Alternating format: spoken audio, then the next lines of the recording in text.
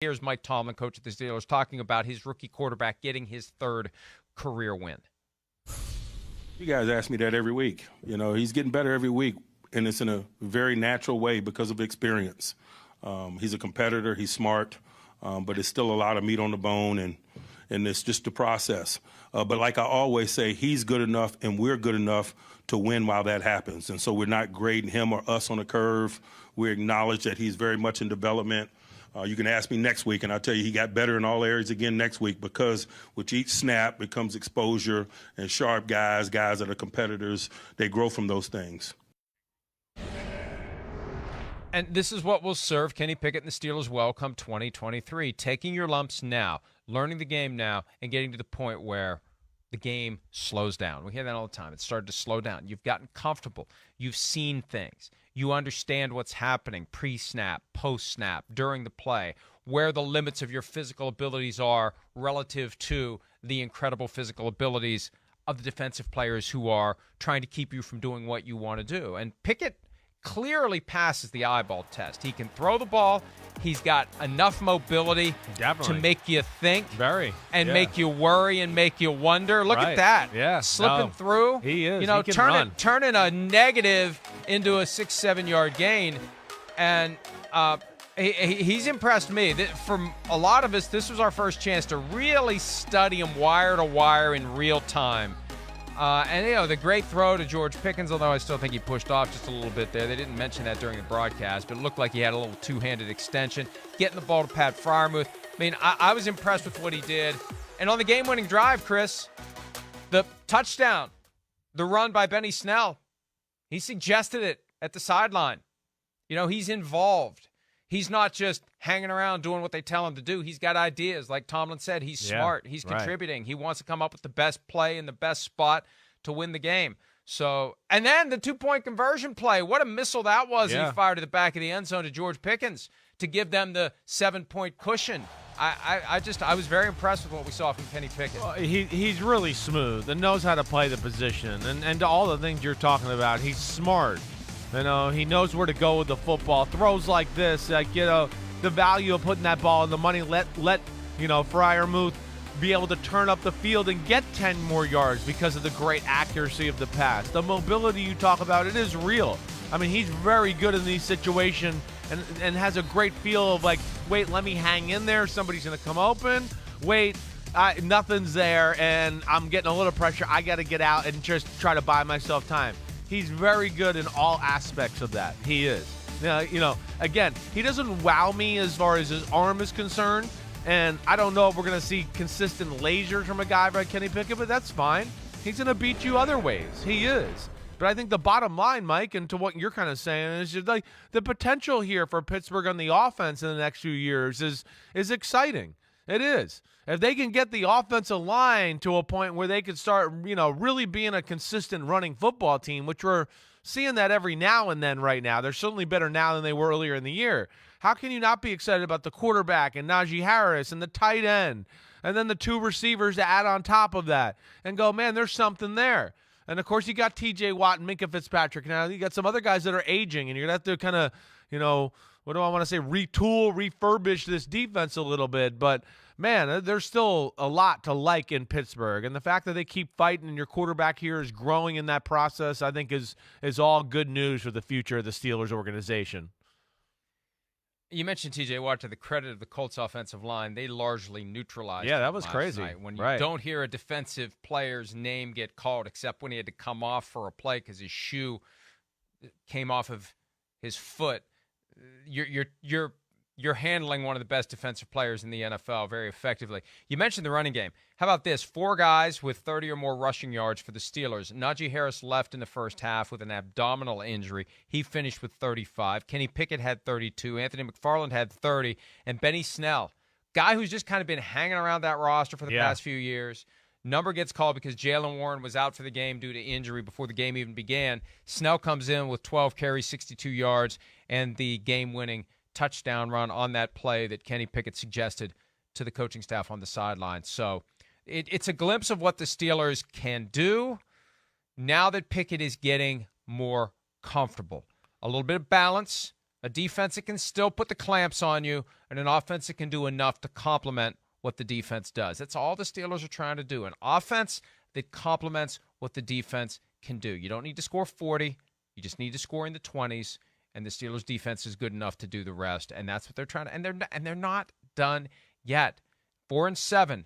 They are not done yet. There's a lot of football still to be played. 6 games left for the Steelers. And look, they don't have a bunch of cream puffs. They still play the Ravens twice. No. What a factor the Steelers are going to be in this AFC North race. Yeah. They've played the Bengals twice already and split. They haven't played the Ravens at all. Yeah. That's amazing to me. Right. Here we are on the brink of December, and they've yet to play the Ravens. Yeah, no, and we know they got a pretty good feel for how to defend the Ravens, make life hard on Lamar and Greg Roman in that offense a little bit. They will have a say. And you're right. Like the schedule, I don't want to ever disrespect anybody, but other than the Ravens games, they got Falcons, Panthers, Raiders, Browns. None of those teams do we look at and go, oh, well, they just outclassed the Steelers. This is not like, they're playing the Philadelphia Eagles like they were in Week 8 where we just went, well, hey, Steelers are playing hard, but they really got no chance in this one. There's none of those games there. The Ravens are the only team that you look at to go, well, yeah, they clearly have an advantage. And then when you talk about division rivalry and knowing your opponent and their tendencies and kind of those things, that evens out the playing field a little bit there. So that will be exciting to see down the stretch here. But they're going to continue to fight and fly around and try to knock your head off and do all of that. And that's why the Steelers are fun to watch even when they're not bad, just because of the physicality and the culture they have that way. We've talked about this before. I mean, when teams talk about the Steelers, they, remember the training camp I was kind of going around a few years ago? I was going in Washington, and first thing Washington asked me, oh, you just came from Pittsburgh? Were they hidden? Because they were playing the Pittsburgh Steelers early in the year. Were they hidden? Were they tackling? Yeah, I mean, they have that reputation, and people know it when they come into town. Like, uh-oh, here we go. It's going to be a physical one today, and I love that about them and Mike Tomlin. And by the way, that Raiders game that Chris mentioned, it's coming up Christmas Eve, 8:15 p.m. Eastern, kick. 50th anniversary commemoration of the Immaculate Reception. Wow. I am not going to ever write off the Pittsburgh Steelers. Ever. At the end of the day, they may not make it to the playoffs. At the end of the day, they may not get to the right side of 500. Mike Tomlin's never had a losing season as head coach of the Steelers dating back to 2007. It's an amazing run. But I'm never writing them off week in and week out. And you mentioned the schedule at the Falcons this week. Short week, got to go back to Pittsburgh and then get it all together and travel down there. I'm not writing them off for that. I'm not writing them off against the Ravens. It's still one of the most bitter rivalries in all of football. Both those games are 1 o'clock Eastern kickoffs. We're used to seeing at least one of those games in prime time. The Browns, Week 18, who knows what happens there. The Panthers, that should be a game that the Steelers – it's very interesting. There's a lot of football left to be played. We're tempted now, Chris, as December arrives, to come to our permanent conclusions. We see all the time, if the playoffs ended today, or if the season ended today, whatever it is, the playoffs started today, or if the season ended today, one of the two. There's still some teams out there that got something to say. Yeah. There's still some teams that are going to make something happen. I say it all the time. You get to Thanksgiving, somebody's going to be in the vicinity of 500 and find the gas pedal. Well, the Steelers got a long way to go to get to 500, but it also applies to somebody who's maybe lurking and 2 or 3 games under 500. They understand the time is now. The time is now. The time is now if we want to keep our hopes alive. They're not going to give up. They're never going to give up. No NFL team is going to give up. And it just adds a little spice to the stretch run because, as Mike Tomlin said, Chris, Kenny Pickett is going to get better each and every week. Yeah. And the Steelers are going to benefit from it as he gets more and more experience. They might, I hear what you're saying. I don't think they're going to be that team. They got a little too much meat left on the bone here as far as just where they put themselves in the 4-7 hole. And the AFC is so damn good. But can they upset some people here? And to your point, there's somebody out there lurking. I don't know. I feel like I'll say this. In the AFC, I feel like when we get to because now the number 10 team in the AFC is the Indianapolis Colts at 4-7-1. And then below them, you got the Jaguars, the Raiders, the Browns, the Steelers, and then the Broncos and, of course, the Texans are the last two teams in the conference. But, I don't know if I see any team coming out of that mix there. Can those teams be annoying to the teams that are in the mix? No, I think the line of demarcation for me is the number 9 team with the LA Chargers at 6-5. And teams like the Raiders, the Steelers, even the Jaguars upsetting some teams here down the stretch and reseeding or knocking one team out and bringing another team in. But I think that line kind of ends with the Chargers at 6-5. I guess that would be my feel for the situation. And here's the problem, Chris, as we look at this playoff picture graphic. You're 3 games behind if you're the Steelers. Yes, right. And you've got to jump over multiple teams to get there. It's not just, hey, can we pick off the Jets? It's can we pick off the Jets and also in that process pick off the Patriots and the Chargers. And we lost to they're the two Jets games behind and each the of those. Patriots head to head. So that's an issue. That's where that's where they're in a little bit of a trouble in this situation. Yeah. You'd like to think if somehow, some way they can pull an inside straight and run the table and get to 10-7, that should be enough to get in. But again, we're only in year 2 of this experiment of what 17 games looks like and what it takes to get to the playoffs. We've seen 10-6 not get you in when it was 16. We saw 11-5 once upon a time. 2008, the Tom Brady torn ACL year, and Matt Castle comes in.